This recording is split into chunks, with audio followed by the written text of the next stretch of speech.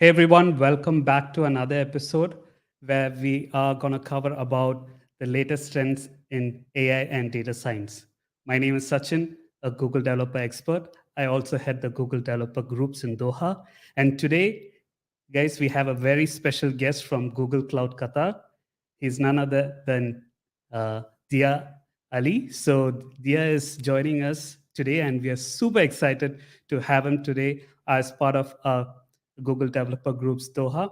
And for everyone who's joining us today, make sure that this is an interactive session. So Dia is going to cover a lot of interesting topics. So make sure that you leave your comments, and some of these questions or comments will be brought up to the screen as well.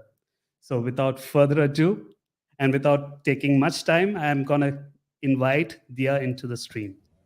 So hi, Dia. Welcome to Google Developer Groups. Yeah, thank you very much, Sachin. Hello, everybody. So I'm Dia from Google. So I'm a client engineer. So basically, thank you very much for joining us today. So let me first introduce myself. So I'm a customer engineer covering data analytics at Google Qatar, and I have like 23 years of experience in data analytics and data management. I work in a different industry, different employers. So thank you very much. Today I will be covering interesting session about the latest trends in AI and data science. So thank you very much for joining, and let's start. And please make sure that in case any and at any single point of time, if you have any question, anything that need clarification, just write it down in the chat. I will be happy and more than happy to answer you as soon as possible. So let's start. First of all, today I will be mainly covering three topics. So I will be talking briefly about latest trends in AI and data science. Of course, I will not be able to cover all the new trends in data science and AI because this is a huge topic. However, I will be covering only a couple of them which might be interested to you. And second, I will be talking about some challenges and ethics related to the AI and data science, and this will be covered also from one angle of perspective. However, this topic also is very broad and can be covered in different angles. And third, I will be covering the future of the AI and data science, and also I will getting this from one single perspective, which I think will be very interesting to you. Let us start first about in general AI, where we see AI. So I'm pretty sure that everybody from us, everybody is using AI in one or more of your daily life. Everybody have a mobile phone. You already know that mobile are using lots of AI algorithm to do different things. If you are using a car, a single car might have up to 50, 60 different computers, different CPUs for doing different things. Injections, the software, even the wipers, the headlights, all of this are now dependent on AI somehow. Even the washing machines are dependent on AI. Now, most of new modern washing machines have some algorithms that detect how much weight you have and how much temperature you need and how much water you need, and in order to do the mix which will give you the most economic use of the washing machine. TVs now, all most people are now using smart TVs which have AI out of it. So everything around us now become using an AI. The majority of the new home appliances are using AI somehow. So today AI is all around us. And as I'm coming from Google, also within Google, we have the AI is within our DNA. I'm pretty sure everybody knows Google. So Google is also one of the major players in the internet life for everybody. So we have AI infused services in everything. The YouTube service that you use, most people using YouTube, you know that it have a lot of AI that define how you would like to see the videos that's most relevant to you. And not only this, when you go on YouTube and you search for something, even if you don't know exactly the name of the song or even one word inside the song, or you are searching for a video for some actor who said some statement, you can find this just by search, and YouTube will be able to find this very very quickly, just because of there is some AI algorithms who is analyzing the videos and can bring a lot of information and metadata around what's inside the video, not just what is the name or the title of the video. This is like the simplest thing. So this AI algorithms built in every single service that Google is providing for consumers today. So today I will be covering one important aspect of AI, which is the ethical part and the explainability part. This is quite important because I'm not covering the AI as a data science kind of a concept, but I will be just talking today about something which become really very important today. So many people, many companies, many organizations, enterprises today I started using AI and data science in their own business and operations. However, there is very important point that it have to be taken into consideration, which is the ethics and the explainability of this AI algorithm that's being used. And as an example, okay, a company or a bank or whoever the organization is doing have some models, some AI models. Now, how we can trust the value or the result or the scoring that have a result that come from this AI model? How we can trust if this is trustful? Is this correct? If this is accurate? This really we can depend on it. We can give some decision based on it. How we can do it? And in case a mistake happen, how we can understand first that a mistake happened and who is blamed because of this mistake and who have the right and responsibility to take an action of this mistake. This is mostly that I will be talking about today. And to give you an example how serious this could be, I'm giving here an example of a Tesla car crash. And all of you know that Tesla cars, as an electric car, it's also self-driven, or at least have one of the most advanced self-driving autopilot capability within all the automotive industry. Now, it has been known that Tesla have many accidents over the last couple of years, in many areas in the world, especially in the US, because it's very dominant there. Now, during this crash, many of these accidents have been reported because of an autopilot. The car was self-driven. Sometimes the driver was not giving attention. Sometimes the car itself behave in a weird way, whatever. Now, who is blamed of this accident? Who have the accountability? If this accident, like many of these accidents, already have some fatalities, some people died, lost their life because of this accident. Now, who should get the responsibility of this? Is it the Tesla as a car manufacturer? Is it the algorithm, which could be a software developer or a team who is developing their software? Is it somebody else, the driver, the owner, whoever? So this is a big ethical issue about AI that have to be taken into consideration. And this is what I am mainly discussing today. Another example here is when we have AI-based decisions, how can I know if these decisions are really fair in terms of all possible combinations? And I give you an example which was very common that a few years back, they uh, noticed that some of the facial recognition algorithms are more biased towards the white faces, the white people, than the more colored people, I can say. So this racial bias have been discovered that it's caused by the algorithms who is doing the training for these models used the majority of the data set that been used for this training was for white images, white people images.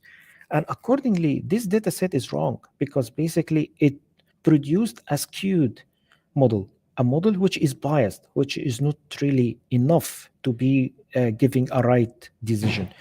Another example, and this is very common, especially in insurance companies, if you are applying for a specific service from a bank, from insurance company to give you a certain insurance premium, and in my case, for example, I bought here a loan from a bank, and you know that you're eligible for a loan, and you find that your bank application was rejected, and you don't know why it's rejected, and in reality have been rejected because of a false negative kind of a case, right? So who is responsible for this? The bank lost a customer, maybe potentially a good customer, a good loan, and because I need to take a loan for some business or to do some any purpose, I lost this opportunity to get the money just because of a, a wrong or a mistaken AI algorithm that give me a negative evaluation of my loan application, and this was wrong because of the model itself was wrong. However, how the bank can know if this model is good or not? How the bank can know if this really an evaluation makes sense or not? So this is another issue that require understanding of how the AI model is behaving in reality, how the model is being used, and how the model is giving the scores or the actions or the target predicted value, and this value which I will act or give a decision accordingly. In this case, for example, I give a decision to give a loan or not, for a car to give a decision to go left or right, for a biased model to give you some recognition, and so forth. So all of this are part of what we call it ethical and explainable AI. So in brief, the AI model have to be explainable, and very importantly have to be ethical. And to understand this ethical point of the thing is, let's take an example of the deepfake. I'm pretty sure most of you already have heard about the deepfake before. So, in brief, deepfake is a very advanced algorithms. They call it GAN algorithms, which are being used since few years now to produce synthetic, realistic pictures and videos. And information, by the way, it's not only for pictures and video. The deepfake can even use to produce music, can produce text, can produce books, documents, stories, and can produce lots of things, data or whatever. However, the usage of deepfake to produce images and videos was very notable because extremely dangerous. Now, consider this example here. I listed here 12 different pictures for people, and I'm asking you, can you guess how many of these pictures are real and how many are synthetic or fake? Just give you a second to think about it.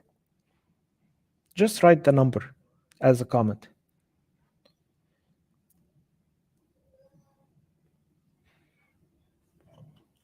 So what do you think? Which one of these are fake and which are real?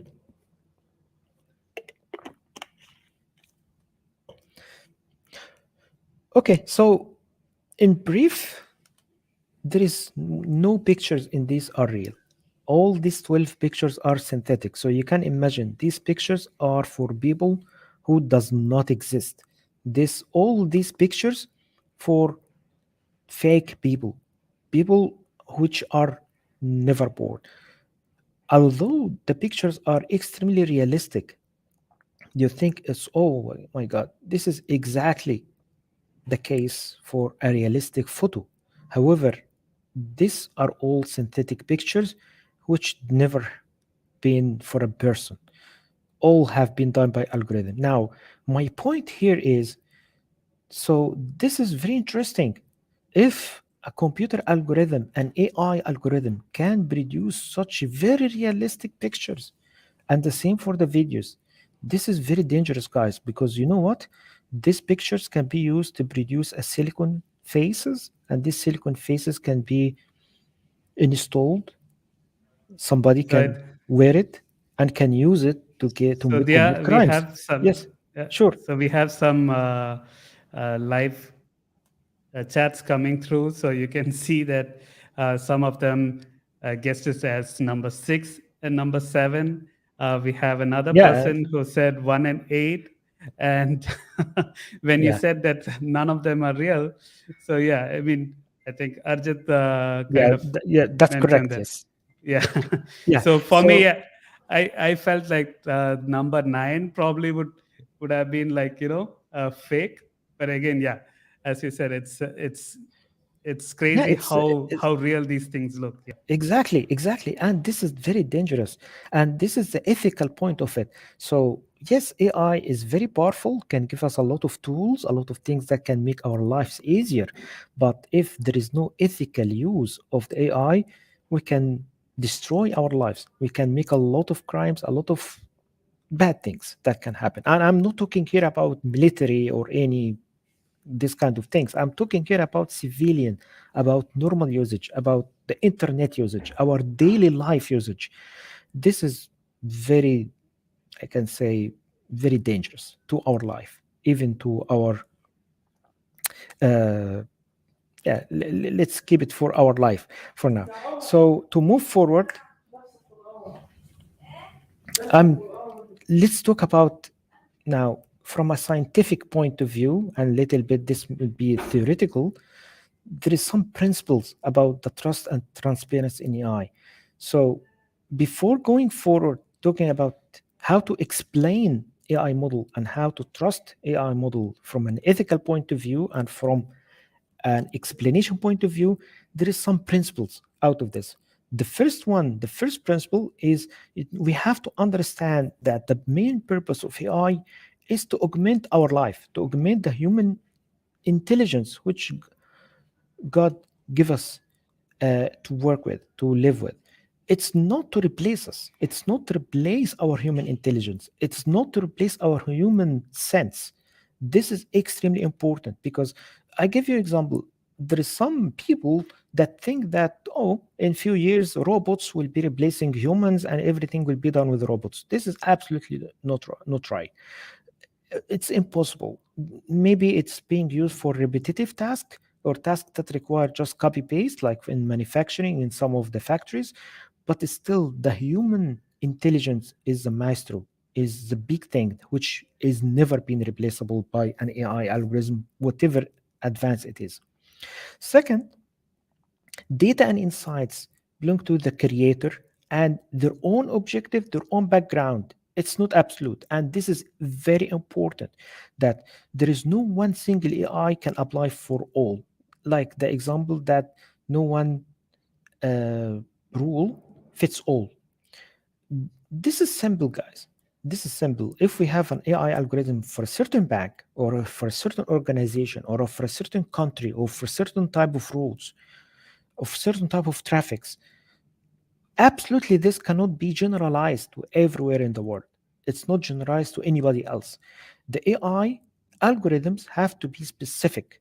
When we try to do generic AI algorithms, it have some sort of bias, it have some sort of non-objective of selectivity of the right things, because at the end of the day, any AI model, it have been trained on some data set.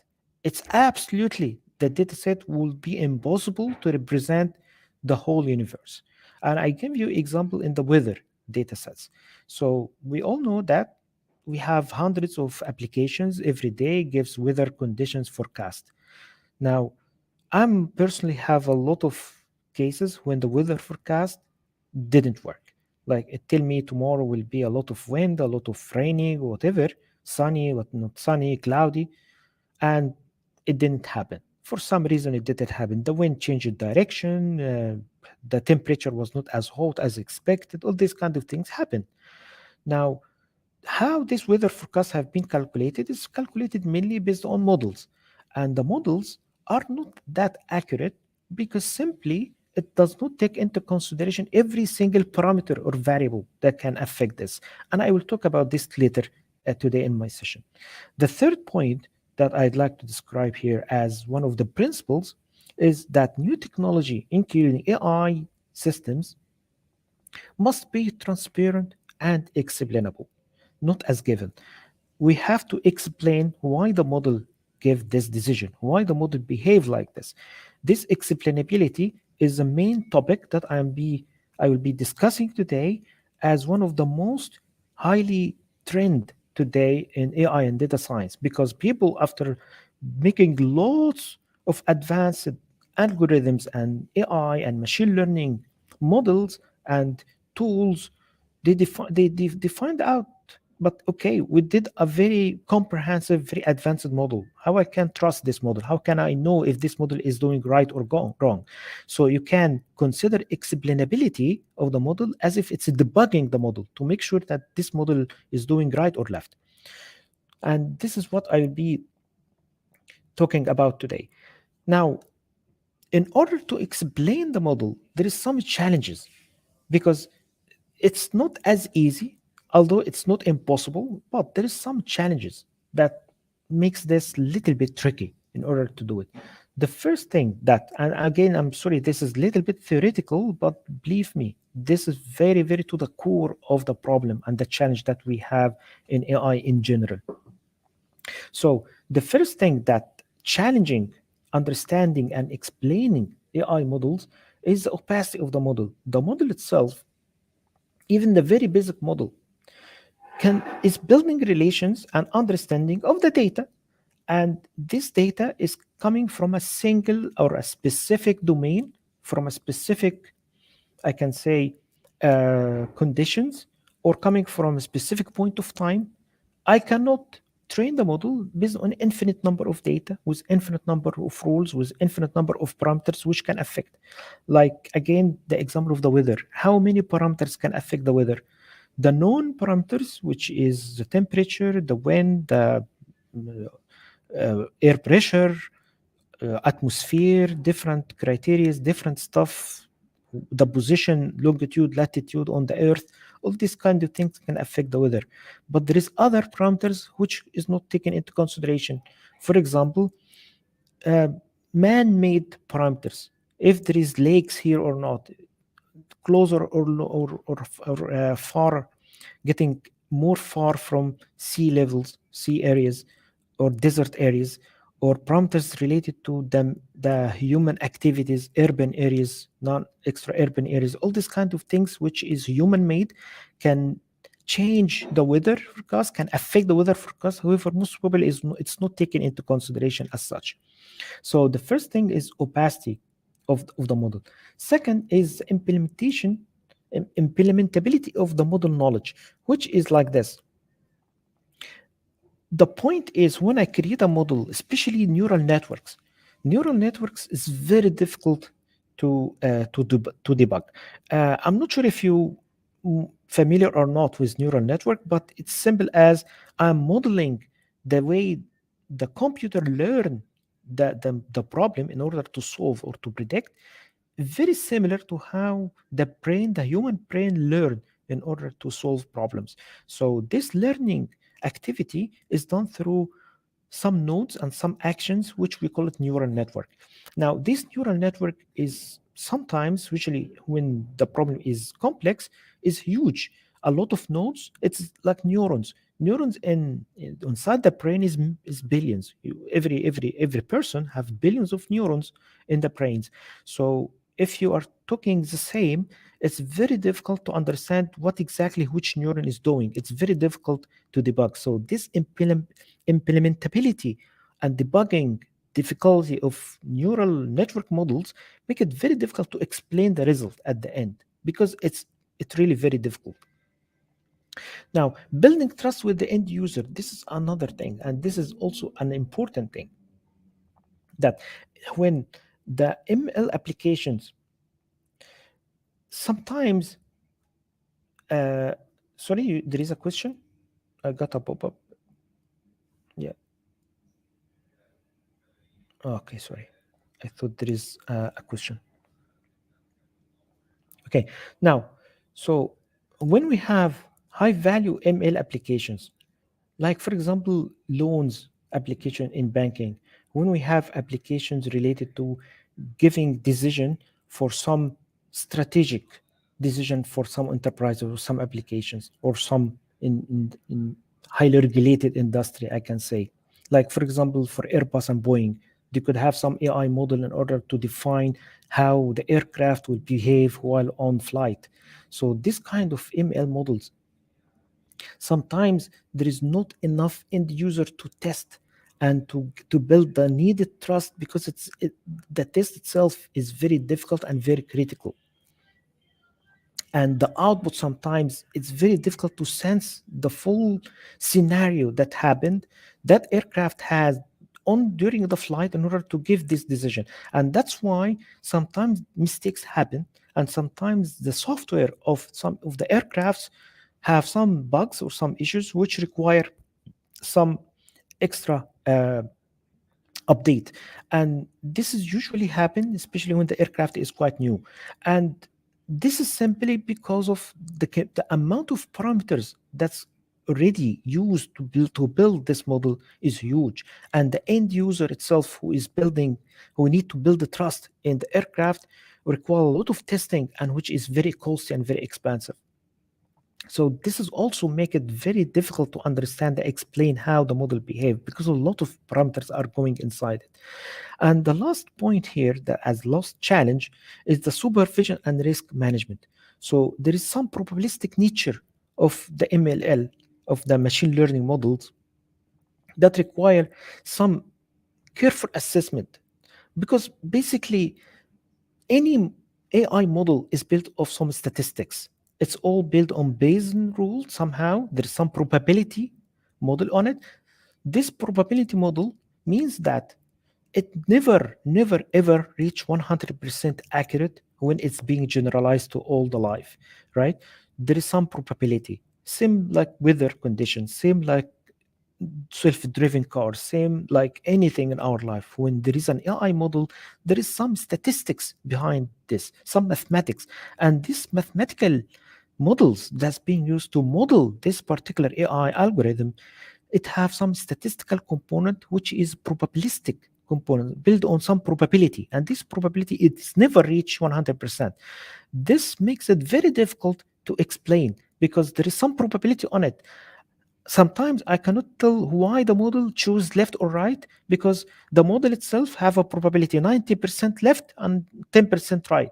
When it will choose left and which choose right based on the probability, which could be a random value generator inside the algorithm itself. In this case, and usually when for any reason, and most neural network by the way have some random generators inside, it's very difficult to explain it. How I can explain the random number that have been generated during the training? I cannot. So this is how make it what makes it difficult. So this lead us into a very important idea that I'd like to make sure that you take it away from this session, which is about ethics of the AI.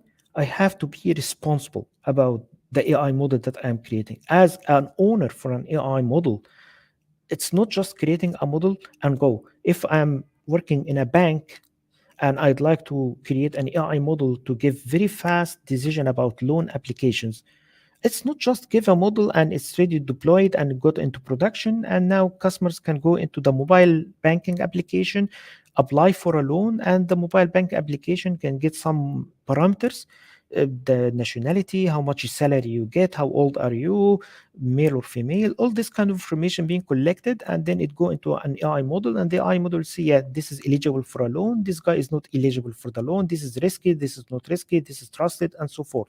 So there is an AI model which will be able to give a decision for the bank to make it quick, because otherwise the other option, which is the manual option, that when you apply for a loan, it have to go into a workflow to a specific employee in the bank who will review all the documents you have, all the evidence you have, and then you give a decision, yeah, this should take a loan or shouldn't take a loan. Now, in order to automate this, lots of banks now over the world are using automated AI algorithms to give this decision, should give loan, yes loan, or no loan. Now, the point here that there is a responsibility to give this loan decision, yes or right, yes or no. This responsibility is, I have to understand first if my algorithm is fair, explainable, and keep the privacy and security of the user, and it's being used for legitimate use. Now, legitimate use is something which is being used by the deepfake. When I was talking about the deepfake, this is an example of the legitimate use. When I do an AI to create deepfake, I may have to make sure it's for legitimate use. I use deepfake for some use which is valuable for the business somehow. For example, there is some algorithms create deepfake images to train it for some other face recognition for sake of security in like physical security for some of the government or some of policing activities using for this for physical security or face recognition in streets or whatever. So this could be a legitimate use for some of the governments. But if this is being used to make fraud or to make crimes or this kind of thing, this is the responsibility aspect of having a legitimate use for this algorithm. The same for security and privacy. It's clear that I have to keep the privacy and security of the user, and this is have to be maintained by all the policies like GDPR and other things.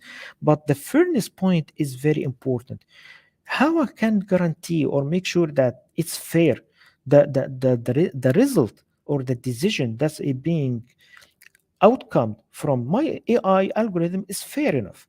It's really making the fair thing. This is very important. And by the way, this is very difficult. You think that this is easy?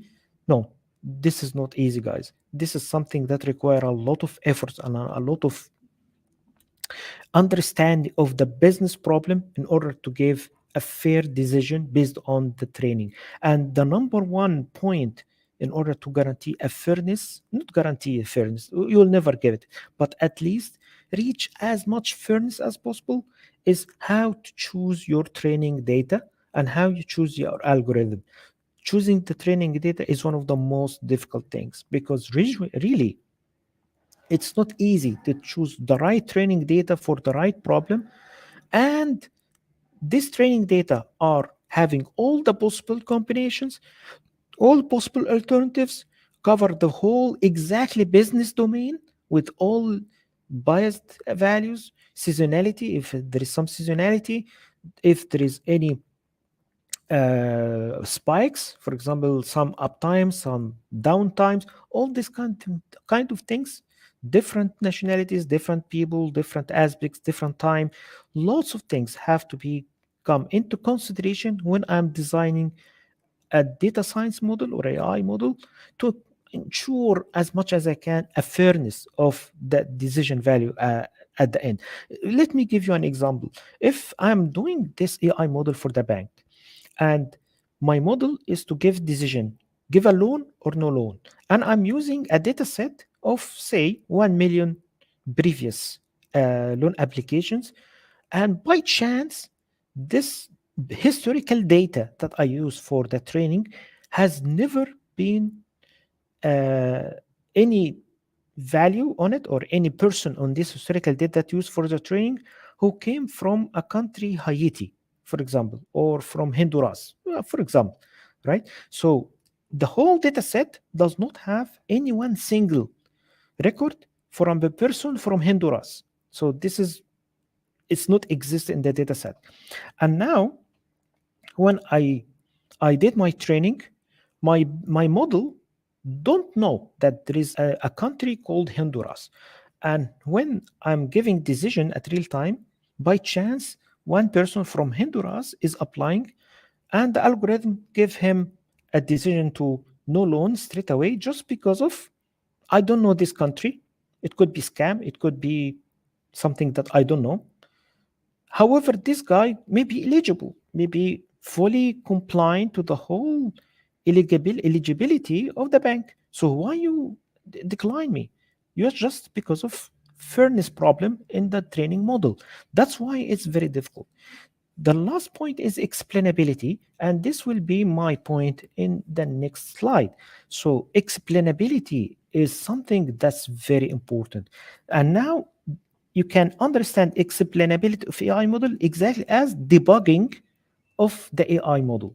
This is how I debug. But now I'm not debugging the source code. I'm not debugging the code of the model, which to know it's have an error or does not have an error or something. No, I am doing a debugging in the runtime of the model, the prediction of the model at reality, at real time in production, right? This is very important. I'm not talking about development time. I'm talking about runtime, how I can explain the model while it is in operation.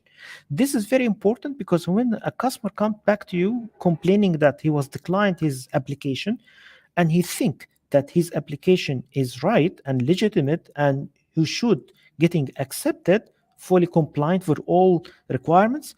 In this case, you have to come back into algorithm and explain why it have been declined in the model.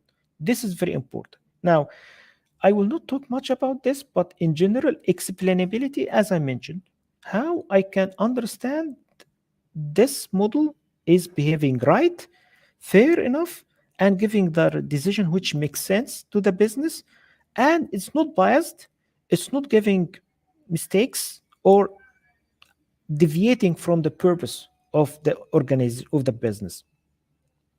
And in order to do this, in Google, we have what's called a what if tool.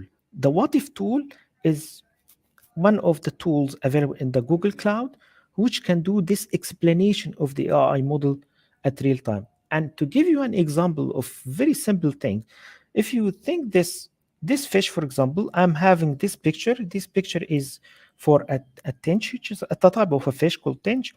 This fish, when I run an algorithm to be able to do a picture detection or image detection of this picture of the fish, the model was trained that how I can define this is a tench fish through this hands which is carrying the fish. So if I have another picture of the fish that's without the hands, the model may behave wrong and say no, this is not a fish, just because of it used the wrong parameters in the pictures to train. And this is just an example which I'd like to explain something here, that modeling the parameters properly is part of building the trust of the model. If the model have been trained on wrong parameters, wrong features, you don't expect this will be trusted model, and you don't expect this will be the right one. Another example here from medical images. So in the left there is a medical images which have some pixels identified as tumors, right? This is very dangerous. But when one physician get this picture and enlarged the picture, zoom in inside and little bit adjust the contrast, he figured out that this is not tumor, this is just bin marks the physician, the doctor, did while he was checking these pictures, or when before it getting scanned or getting digitized. So, oh my God. So this could be very dangerous, that I can have an algorithms that reading these pictures and do tumor predictions or some of medical physical inspection by AI algorithms. And at the end of the day, because of the training data was wrong, it can be trained wrong and can give you a wrong decision, which could be fatal. In this case, if you think that the computer algorithm who is doing this inspection and prediction of some tumors or something from the medical images can give you wrong decision that you have a tumor and while you are not, this is a disaster.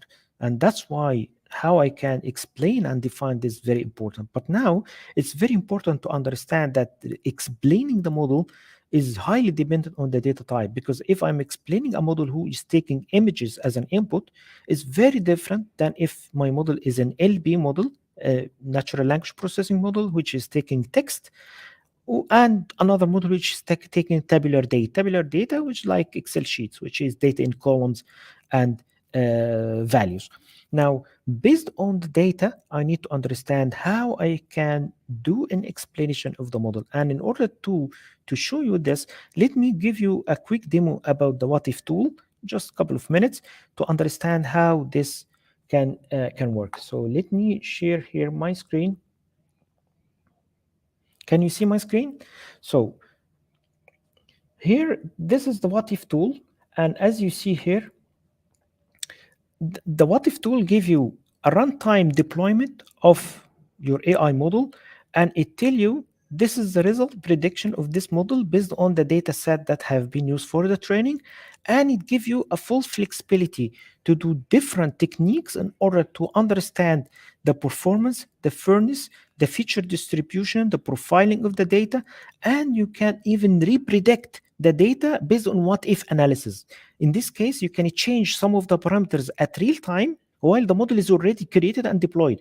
Change some of the parameter and repredict, and it will give you the value. And this way you can understand if, yeah, there is a problem or not, if this is fair or not, and this is give you a value or not. So for example, this model is based on pictures. I'm not sure if it's like small, but you can imagine this model target is very simple. It's predicting if the pictures are smiley or not smiley. So lots of pictures have been taken as an input, like 100,000 pictures, as I remember, and use these pictures to predict if it's smiley face or not.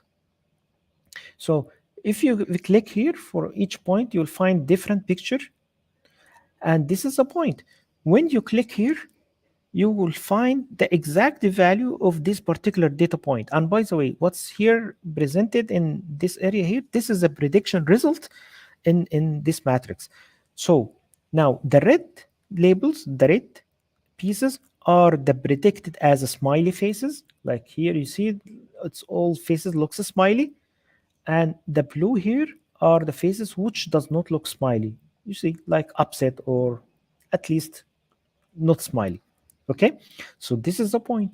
Now in the middle there is some faces which little bit not clear because it's smiley or not smiley, maybe not easy to predict, but at least there is some behavior understanding here that this is a smiley face or not. Now the point here that this tool will give you the point that you can, for example, you can split the data set based on certain parameter. You can also do some confrontal. You can get the data value data point which is having the similar features but have been predicted the opposite. And this is very important data science, because in order to understand, okay, this data point have been predicted as a smiley face, I can pick you from the data set another point which is very similar but have been predicted the opposite, exactly the opposite. This is very important analysis that's used very frequently in different cases. And also, not only this, I can change, for example, here, I can change this value, make it 1, and make another predict. In this case, it will be recalculating the prediction and give you another prediction after you change this. This is very important to understand the behavior of the tool, of the model, in order to understand, oh, why it's behaving like this, why it's doing this. So this is an example. You can also go and check. It's nothing here. So getting smiley. You can also here getting another performance and fairness analysis. Now, this is very important. This is a fairness point that I was talking about. Now, in order to understand this model is fair or not, you can see here the confusion matrix. I'm not sure if you are familiar with confusion matrix and what's recall and what's precision, but you can consider it like this, because this is a wide topic that I no time to discuss it. But if you understand data science, there is some concept called false positive, false negative, true positive, true negative, which is basically every prediction.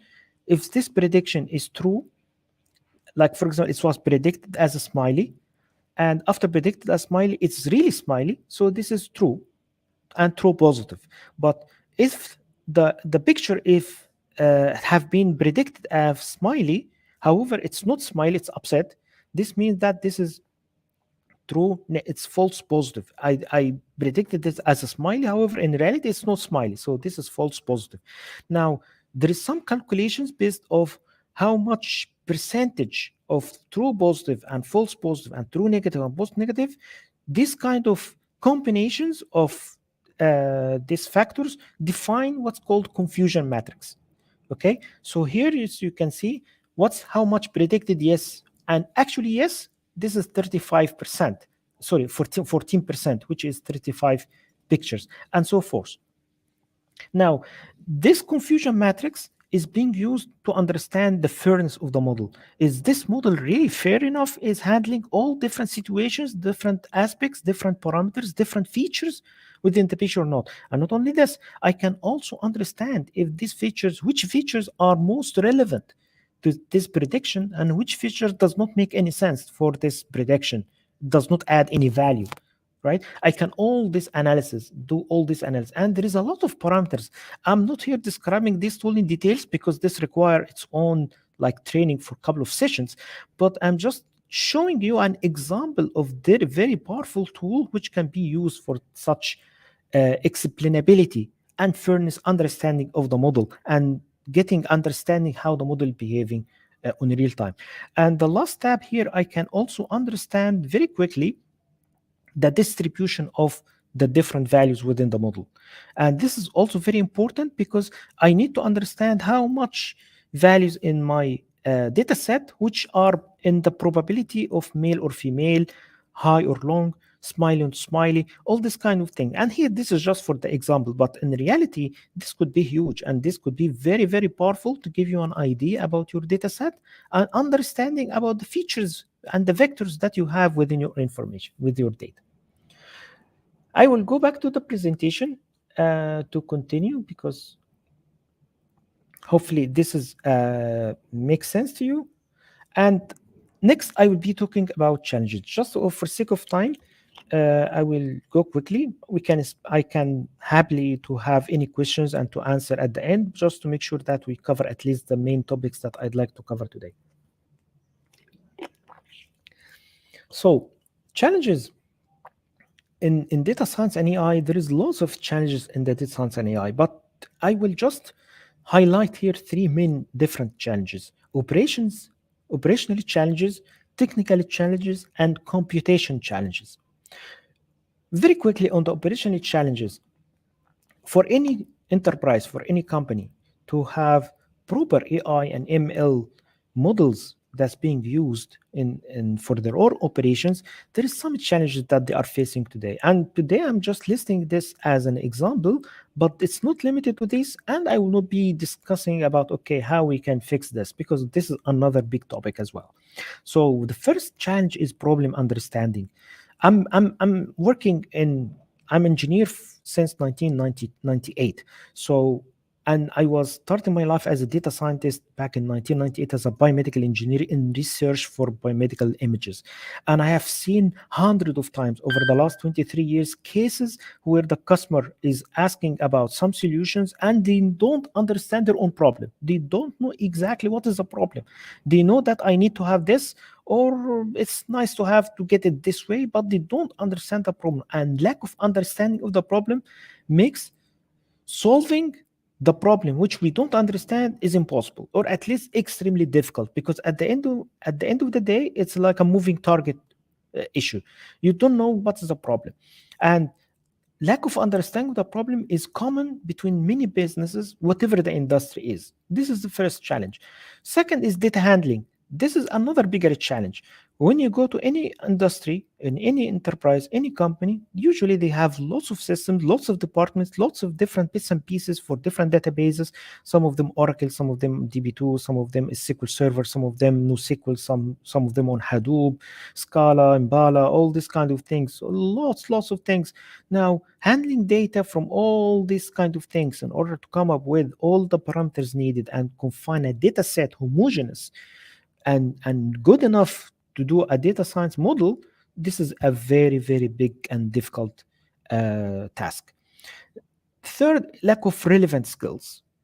Most organization does not have relevant skills, data scientists and data analysts who can understand the business and the technical and the data models. This is the three things that you need to have. You need to have somebody who understands your business. You need to have this person, or at least another person on the same team, who understand the models that's being created. Another person who understands the data around this business.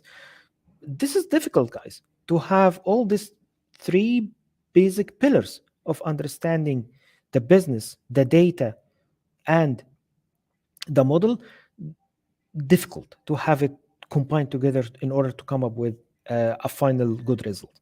And the last thing is the change in culture and the business model. This is very common for highly regulated industries. When they have culture stuck in a certain culture, that's difficult for them to get used to another change. Like, for example, a bank which is working for the last 20, 30 years in a certain process to do something, it's very difficult to them to come back and say, guys, oh, through this process away, we will have a new process. Most probably, when they create data science model, they need to create data science which is looping around exactly same process they are doing today, right? And the more years they are working on it, the more difficult their applicability to change or to go into another culture, to change the business model they are working in order to adapt into AI and data models. The second challenge is a technical challenge. Now, technical challenge data science is clear. It's basically how I model my mathematical issue, my problem. So problem complexity is very clear, guys.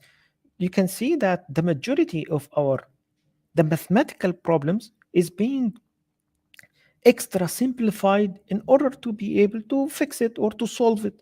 This is the same like what we learn in school and in the university. And today, most companies, when they go and make data science algorithms, they oversimplify the problem, oversimplify the complexity of the problem. I'm here just giving an example that if the problem is just a circle, a square plus b square equals c square, which is a circle formula equation. However, in reality, it's very complex.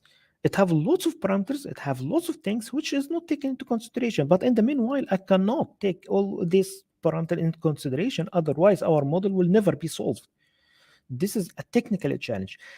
This is for mathematical problems. It's exactly the same in natural language processing, in text algorithms. When we are talking about, I'd like to do sentiment analysis or summarization or search indexing or all different NLP, translation, text to speech, speech to text, all these kind of things, I always have a problem of oversimplified because of, at the end, I cannot find rules to describe infinite number of dialects, figure of speech, metaphors, similes, sarcasm, comics, mimics, all these kind of things can be exist in speech. And in order to find an exact translation or understanding of the text, I have to understand, oh, if this guy is really kidding or he is talking serious. When we are talking, for example, a text, say, this guy is a lion. Is this a joke? Is this the serious? Is it a metaphor? Is it a dialect which means something for this guy? He's coming from a culture in Africa. What? You cannot, right? You cannot. And that's why usually all natural language processing algorithms use the context for the whole text to try to understand what exactly he might mean by this, right? So this understand of the bigger context is the main tool in order to understand roughly he mean this or mean that. And this is exactly, guys, what Google is doing when you are doing search. When you go into Google and search for Apple. Now, what you mean Apple? Apple, the fruit, or Apple, the company, or Apple, you mean the iPhone, or you mean, you got the point, guys. You have to resolve the context here. And what Google is doing, when you are, don't give me a context, just search, Google search on Apple, most probably I will get 60-70% of the cases people search for Apple as a company. And in this case, I will give you Apple as a company. Most probably will be Apple website as first search. So this is an example of challenge from a technical perspective. The third type of challenge is a computational power challenge. Computational power challenge is really very big challenge, and this is something so far it's not resolved. There is no one single solution for this. And what we do today, people are simplifying problems to avoid computational power challenge. This is what we are doing today. And here I'm giving examples, lots of examples in our life, in the data, in the science today, in different industries, who are very limited. We have very limited capacity and capability when we are talking about computational power challenge. For example, here in the bioscience, one of the main problem why the vaccine for the COVID takes time, a year or something, because of computational power challenge. Because I cannot take the DNA or the RNA or the virus and start to make computational different formulas in order to provide which is the best vaccine possible from all the technique of all the combinations of the substances that can be used. It takes a lot of time, a lot of power, and that's why it takes time. And by the way, there is no one single full capacity to do simulation for proteins, in the human proteins or any DNA proteins yet, just because it's huge, bigger than any super powered computer in the world. Same for the medicine, same for the pharma, drug formation, simulation, side effects. If you get any drug, you'll find that the majority of the side effects are based on probability and based on it may be or may not, and based on some statistics, right? That's why, because it's not based on simulation or realistic information. It's just based on hypothesis, based on most probably it shouldn't have a problem, but it may have effect on this, because we don't have the power to calculate all the different parameters. You can imagine how many drugs in the world, how I can calculate all the possible combinations between all drugs in order to come up with this particular drug work with this and have a side effect with this. This is impossible, because it's millions of different drugs and different substances, so nobody do this. Another example is a weather science in meteorology. Guys, this is really very difficult. The modeling for the weather is extremely difficult, even in the US, when they come into hurricanes and different thunderstorms, these kind of things, and they predict that there is a thunderstorm is coming.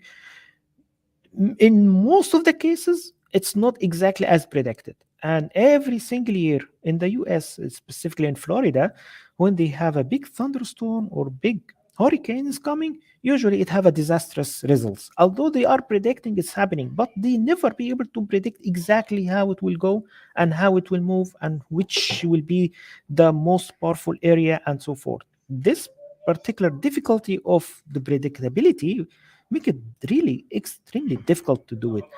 And the same for different in chemical and petroleum, in oil and gas. In oil and gas, it's extremely impossible to model everything about the land. Yeah, just a second.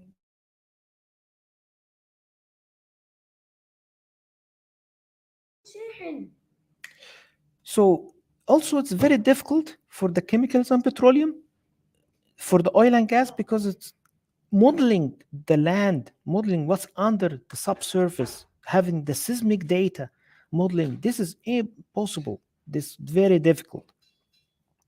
And the same when we are talking about manufacturing. Now, the nanotechnology, the femtotechnology, understanding the behavior of materials. This is another thing which is very difficult to understand, because of from a competition power perspective, very difficult.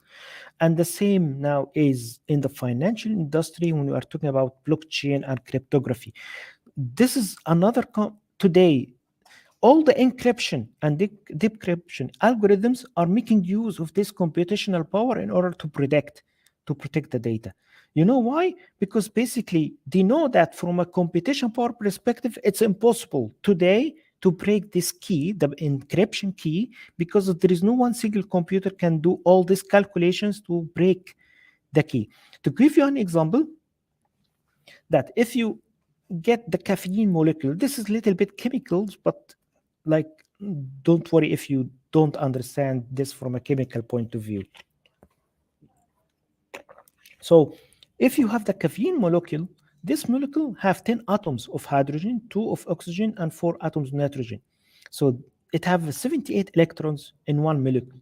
Now, if I need a CPU processing power to make a simulation of what is happening inside one molecule of caffeine, we'll need a 10 to the power of 48 bits computer.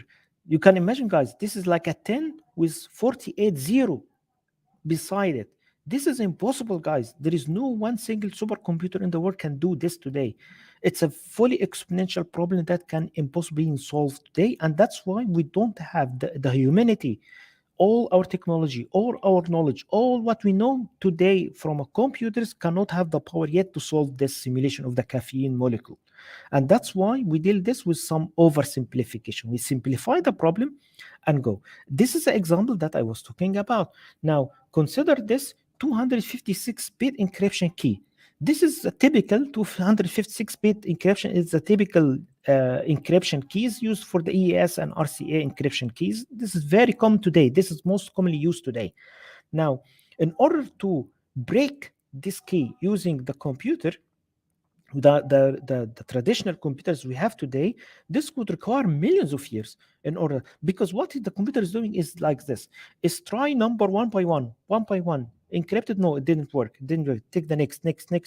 So in order to have all the combinations possible to break this key, this require millions of years for the computer. That's why there is no one single computer can do it. However, if we have theoretically, again, theoretically, a 256 qubits quantum computer, it can break this in less than 10 seconds.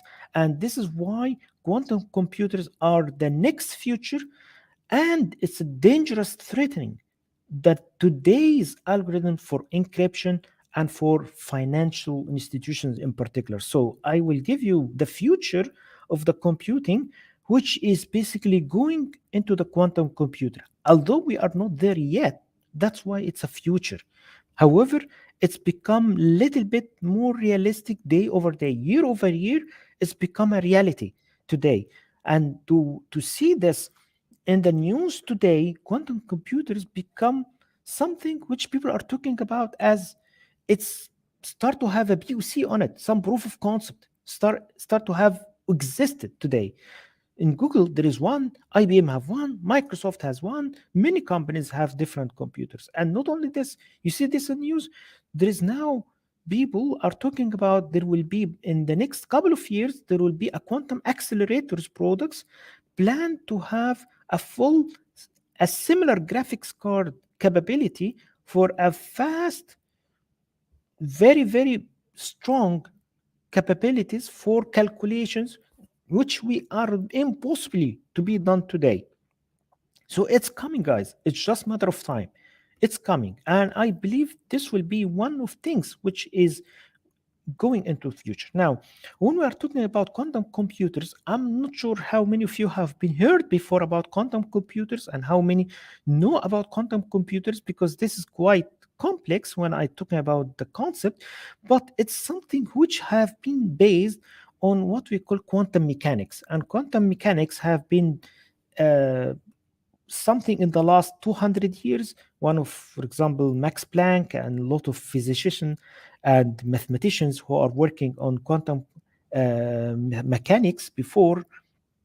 So it's very complex topic, but we are not talking from a technical perspective. We are talking about from a business perspective, how this can have an effect of the digital era in the AI and the machine learning and the data science in particular. So there is a lot of questions that's being raised about the quantum computers. Is it real? Is not? Is it really will happen or not? If something that can have a financial risk or not? Do we may have an iPhone based on quantum computer one day? Do we have some of our TVs work with quantum computers? How this will go? Nobody can answer all of this because nobody knows, but it's moving.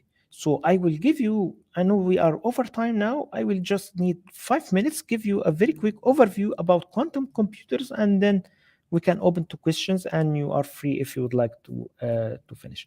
So very briefly, quantum computer is basically a different technique of doing computations, different way of doing computations other than the traditional and the normal way that we are doing our computers today. So the main idea about this is how I can calculate the bits, the binary bits, the zero and ones. And this is something which is quite different than the way that we are doing today. And to give you an example, this is just very, very basic example because the reality is a little bit more complex. Actually, it's very much more complex. The classical computers today are taking binary as zero or ones. So every single bit in the computer today have one value at a time, either zero or one. In quantum mechanics, there is nothing called zero or one. It's both. In the quantum computers, the what they call it qubit is one qubit can have the value for zero and the value for one and something in between at the same time. This is very strange, and you cannot understand it properly until you study a little bit basics about quantum mechanics. So I will not go there today, but in brief, it's a mathematical scientific theory that in quantum, the quantum value of an atom could have indefinite value at any single point of time. So apart from how works, take it as a given for now that in a quantum computer, instead of bits, we have what's called qubits. And the qubits is a value that could be 0 or 1 at any single point of time. Top. Okay, why and how this can be used? In order to have to understand how this used, I have a short video for 5 minutes. So if you have time, I can just Computer watch is made this up of video. very simple components doing very simple things, representing data, the means of processing it, and control mechanisms. Computer chips contain modules, which contain logic gates, which contain transistors. A transistor is the simplest form of a data processor in computers, basically a switch that can either block or open the way for information coming through. This information is made up of bits, which can be set to either 0 or 1. Combinations of several bits are used to represent more complex information. Transistors are combined to create logic gates, which still do very simple stuff. For example, an AND gate sends an output of 1 if all of its inputs are 1, and an output of 0 otherwise. Combinations of logic gates finally form meaningful modules, say for adding two numbers. Once you can add, you can also multiply, and once you can multiply, you can basically do anything. Since all basic operations are literally simpler than first-grade math, you can imagine a computer as a group of 7-year-olds answering really basic math questions. A large enough bunch of them could compute anything from astrophysics to Zelda. However, with parts getting tinier and tinier, quantum physics are making things tricky. In a nutshell, a transistor is just an electric switch. Electricity is electrons moving from one place to another, so a switch is a passage that can block electrons from moving in one direction. Today, a typical scale for transistors is 14 nanometers, which is about 8 times less than the HIV virus's diameter and 500 times smaller than a red blood cell's.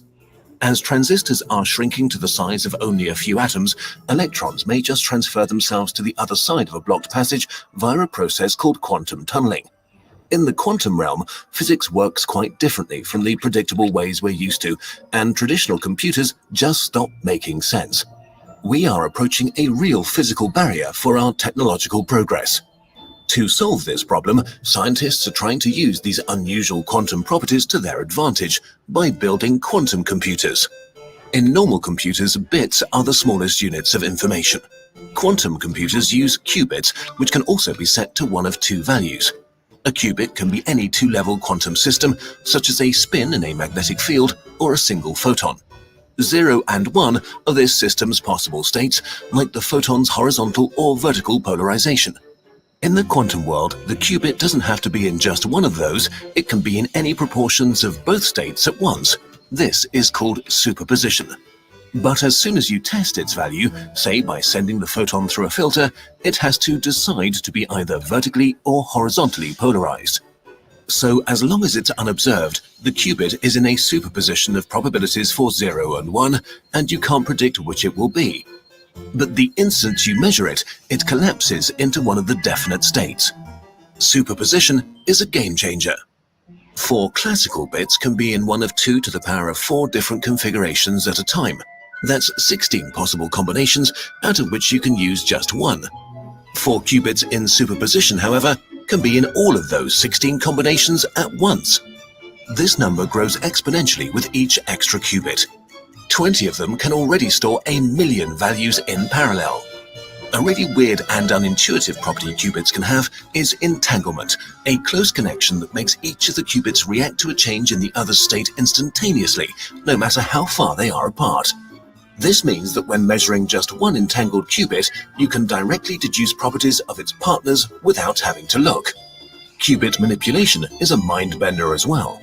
A normal logic gate gets a simple set of inputs and produces one definite output.